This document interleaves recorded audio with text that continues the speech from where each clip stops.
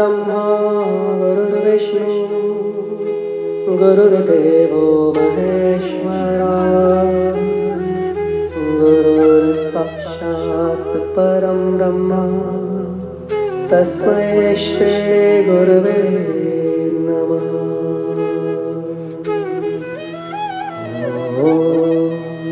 नमस्ते भारत, मैं विवेक योगा आचार्य आप सभी का अपने इस YouTube चैनल पर स्वागत करता हूं। ईश्वर से आप सभी के अच्छे स्वास्थ्य की मनोकामना करता हूं। आज हम करेंगे काक आसन, इंग्लिश में इसको बोलते हैं क्रो पोज। तो कौवे के समान जैसे खड़ा होना है, जैसे वो खड़ा होता है, कुछ कुछ ऐसा पोस्चर बन जाता है। इस आसन को बकासन से बड़ा रिलेट किया जाता है, लेकिन थोड़ा फर्क रहता है इन दोनों के बीच में। ये जो काक आसन है, ये बकासन को करने में फायदा देता है, तो इसको जो करते हैं अच्छा, तो वो बकासन अच्छे से और अच्छा सा लगा सकते हैं। तो यहाँ पर आज हम सीखेंगे कि काक आसन होता क्या है और उसको कैसे किया जाए और कैसे इम्प्रूव किया जाए। तो बिना विलंब किए हम देखते हैं कि काक आसन कैसे करते हैं। और याद रहे, डिस्क्रिप्शन बॉक्स में ये जरूर पढ़े कि कौन इसे कर सकते हैं और कौन नहीं। तो देखेंगे कैसे करते हैं। पहले मैं आपको दिखाऊंगा काक आसन होता कैसा है, उसके बाद उसकी टेक्निक समझेंगे कि उसको कैसे करने के लिए अपने बॉडी को तैयार किया जाए। तो धीरे से पहले समझेंगे। दोनों हाथों के बीच में एक कंधे का डिस्टेंस, लगभग जितना आपके कंधे चौड़े उतना रखेंगे। बैठेंगे जैसे नीचे बैठ जाए, हाथों को सामने रखें, इतना आराम से रख सकते हैं। और अपनी एड़ियों को ऊपर उठा लेंगे, आप पंजों पर आ जाएंगे। आपकी ट्राइसेप्स पे आपकी शिन बोन जो हड्डी होती है उसको रखना है, ट्राइसेप्स पे, बाजू के ऊपर। तो क्या करेंगे, नीचे झुकेंगे, ऊपर रखेंगे उसको और धीरे से क्या एक एक करके पैर चाहे उठाएं और धीरे से आगे होते हुए बैलेंस करें। और जब धीरे धीरे अच्छा हो जाए तो इसमें हाथों को, वैसे तो हाथ पूरे सीधे नहीं होते, लेकिन जितना उठा सकते हैं उठाएंगे, सामने देखते हुए सांस छोड़ते हुए धीरे से नीचे आ जाएंगे। जितनी देर पोजीशन बनाएंगे उसमें नॉर्मल सांस रहेगा, सांस का गति जो है नॉर्मल रहेगी।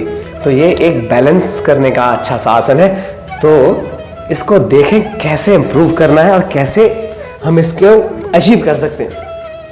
तो सबसे पहला, जैसे मैंने बताया कि दोनों हाथों के बीच में एक कंधे का डिस्टेंस रखेंगे। और तैयारी कैसे करेंगे अब इसकी।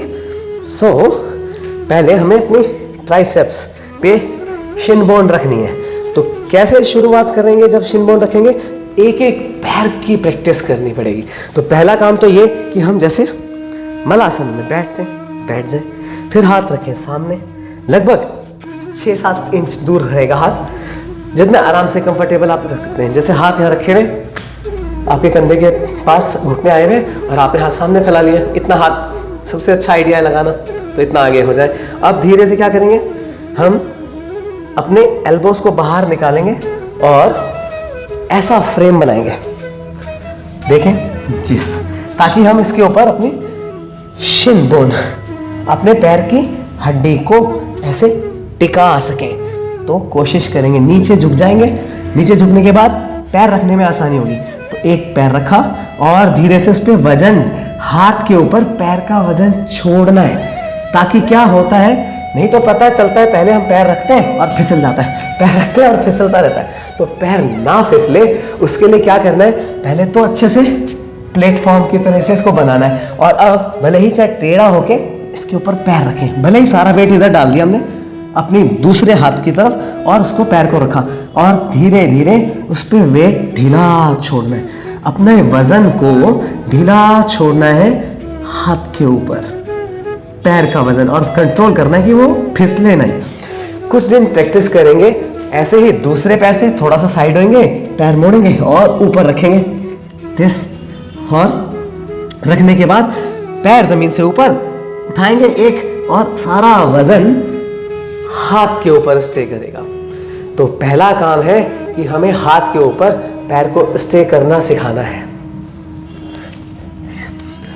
फिर उसके बाद क्या करेंगे, जो हमारी पैर है वो फैलेंगे, उस तरफ जाएंगे, फिसलेंगे।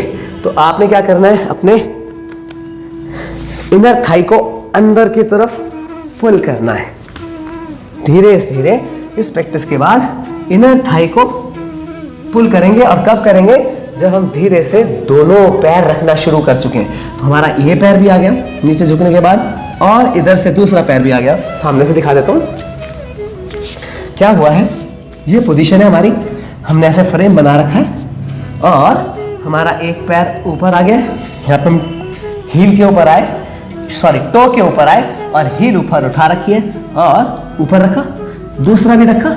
और अब हमारा पैर फिसल रहा है अगर, तो हमने अपने थाइस को कॉन्ट्रैक्ट, अपने एक दूसरे की तरफ पुल करना है, एक दूसरे की तरफ खींचना है, ताकि हमारा पैर जो है हाथों पे से ना फिसले। अंदर की तरफ कैसे, यहाँ है, अब हमें अंदर की तरफ खींचना है और इस पे स्टे करना है। अब क्या करेंगे, धीरे से एक पैर को उठाएंगे, वेट छोड़ रखा हमने, धीरे धीरे वेट छोड़ना सीख लिया था।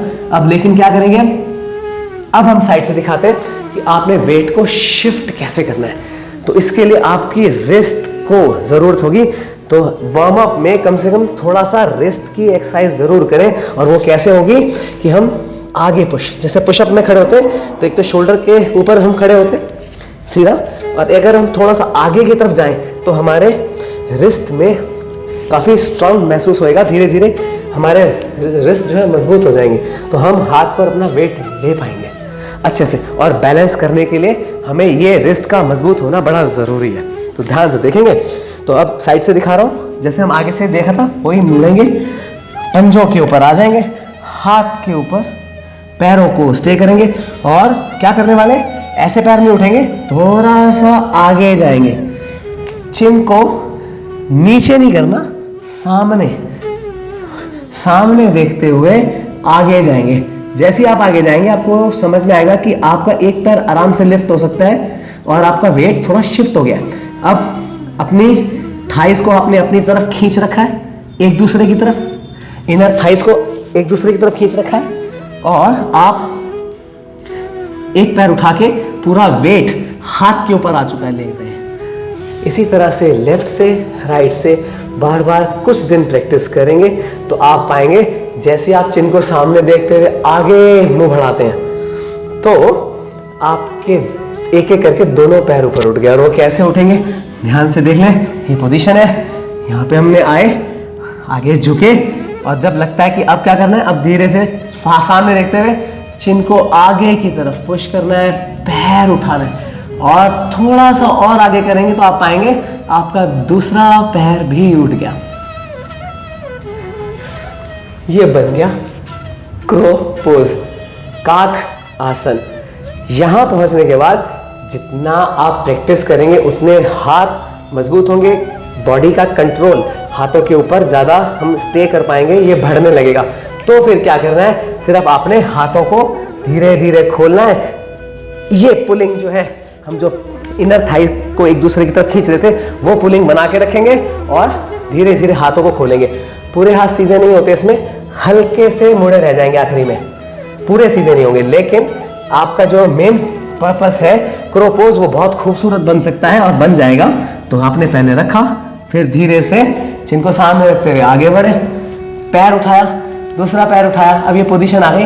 अब इसके बाद हम क्या करेंगे, धीरे धीरे कोहनियों को सीधा करते जाएंगे। इसके लिए दिस इज नाइस। तो ये आपका काक आसन बन गया। इस तरह से अगर आप प्रैक्टिस करेंगे तो मैं आपको गारंटी देता हूं, मुश्किल से रोज प्रैक्टिस करने में 1.5 से 2 महीने लगेंगे और आप इसे बड़े आराम से कर पाएंगे। और रोज का सिर्फ 5 या 10 मिनट देना होगा इसको करने के लिए। तो ये वीडियो अगर आपको जानकारी से भरपूर लगा हो तो इसको शेयर करें, चैनल को सब्सक्राइब करें, लाइक और कमेंट करना बिल्कुल ना भूलें। और नई वीडियो तक के लिए नमस्कार।